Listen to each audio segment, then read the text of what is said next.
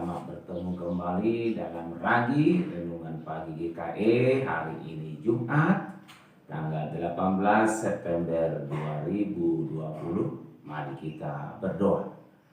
Ya Tuhan Allah Bapa yang kekal, yang mengasihi kami dalam nama Tuhan Yesus, terima kasih atas hari ini.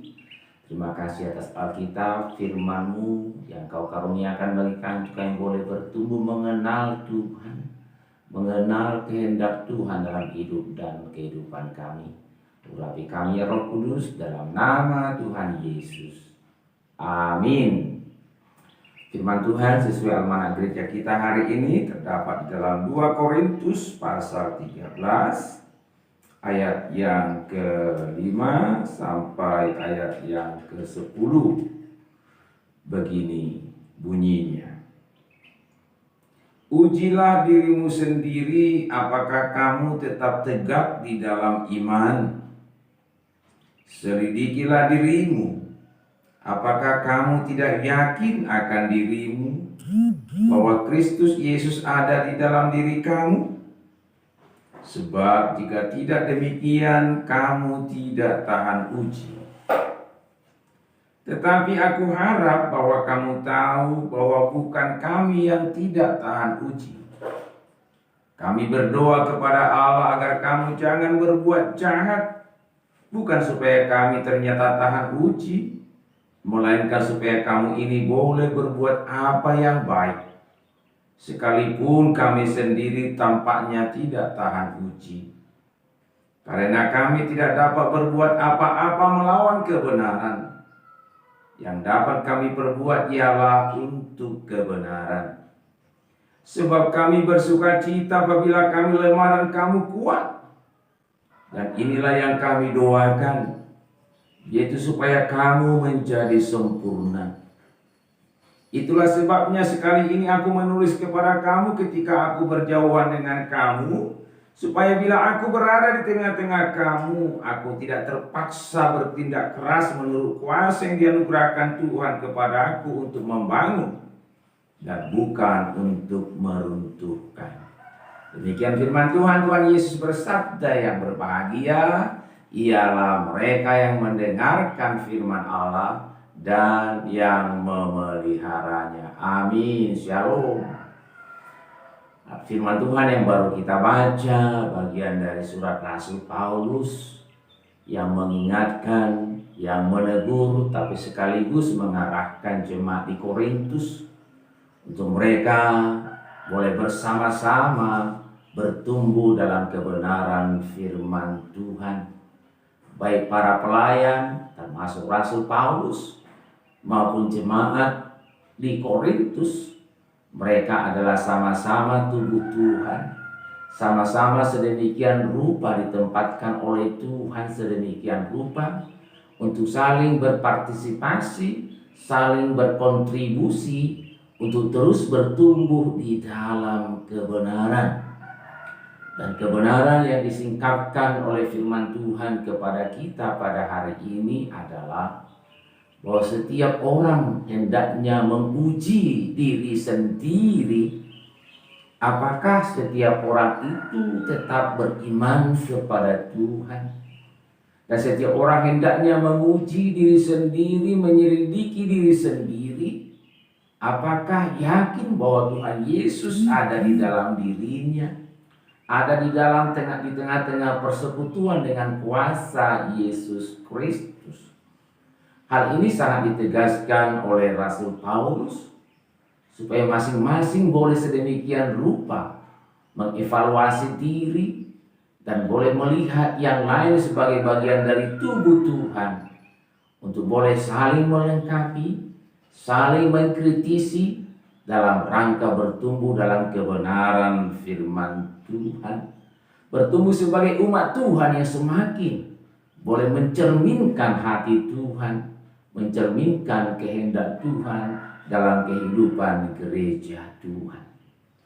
Saudara dikasihi dan diberkati oleh Tuhan, pada saat itu memang terjadi pasang surut hubungan antara Paulus dengan jemaat di Korintus.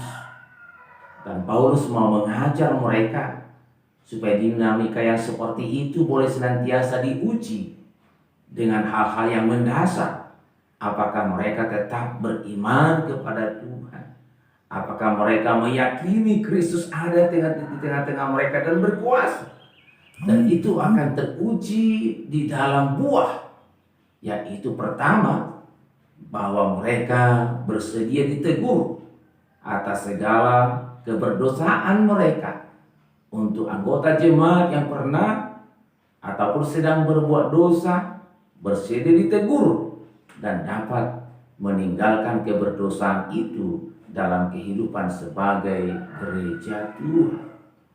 Yang kedua, bahwa ujian terhadap apakah mereka tetap beriman, apakah Kristus berkuasa di tengah-tengah mereka adalah bahwa baik Rasul Paulus maupun mereka di dalam doa, di dalam tindakan, di dalam perkataan adalah dalam rangka mendatangkan kebaikan, dalam rangka bahwa semua mereka tetap berada di jalur kebenaran, dalam rangka supaya mereka tidak menghendaki, tidak memikirkan apalagi melakukan kejahatan, dalam rangka supaya segala sesuatu potensi yang ada diarahkan untuk melakukan kebaikan, dalam rangka untuk semuanya tetap berada di jalur kebenaran.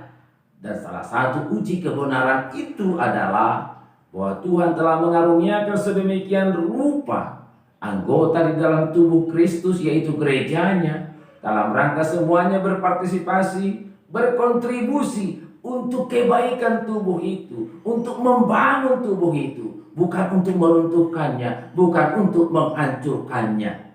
Itulah hal-hal yang menjadi uji parameter baik bagi para pelayan hamba Tuhan saat itu maupun jemaat di Korintus, untuk mereka boleh senantiasa merenung dan mengevaluasi sedemikian rupa untuk kiranya pengenalan akan Tuhan tidak menjadi sia-sia, tapi pengenalan akan Tuhan itu terwujud di dalam diri mereka yang boleh dengan sukacita dan bergairah berpartisipasi, berkontribusi untuk ditegur dan untuk menegur, dalam rangka mereka boleh tetap hidup di dalam kebenaran.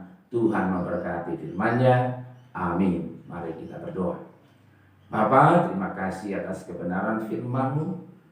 Kami menyadari dan mengakui segala kelemahan kami, keberdosaan kami, dan kami aminkan kebenaran firman-Mu senantiasa menjadi ujian parameter bagi kami senantiasa membenahi diri, dan kami boleh senantiasa berpartisipasi, berkontribusi sebagai bagian dari tubuh Tuhan, untuk satu dengan yang lain saling melengkapi dalam rangka pertumbuhan, semuanya semakin mengenal, semakin memuliakan Tuhan Yesus Kristus.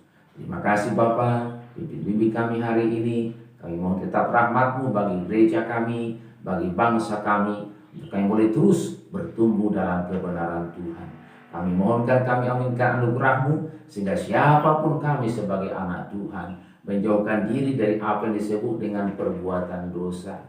Siapapun kami yang sudah mengklaim sebagai mengenal dan beriman kepada Tuhan Yesus Kristus, untuk menjauhkan pikiran kami, perkataan kami, tindakan kami dari hal yang jahat. Dan sebaliknya, siapapun kami aminkan dalam nama Tuhan Yesus, pikiran kami, perkataan kami, perbuatan kami adalah di dalam kebenaran, di dalam memuliakan nama Tuhan Yesus Kristus.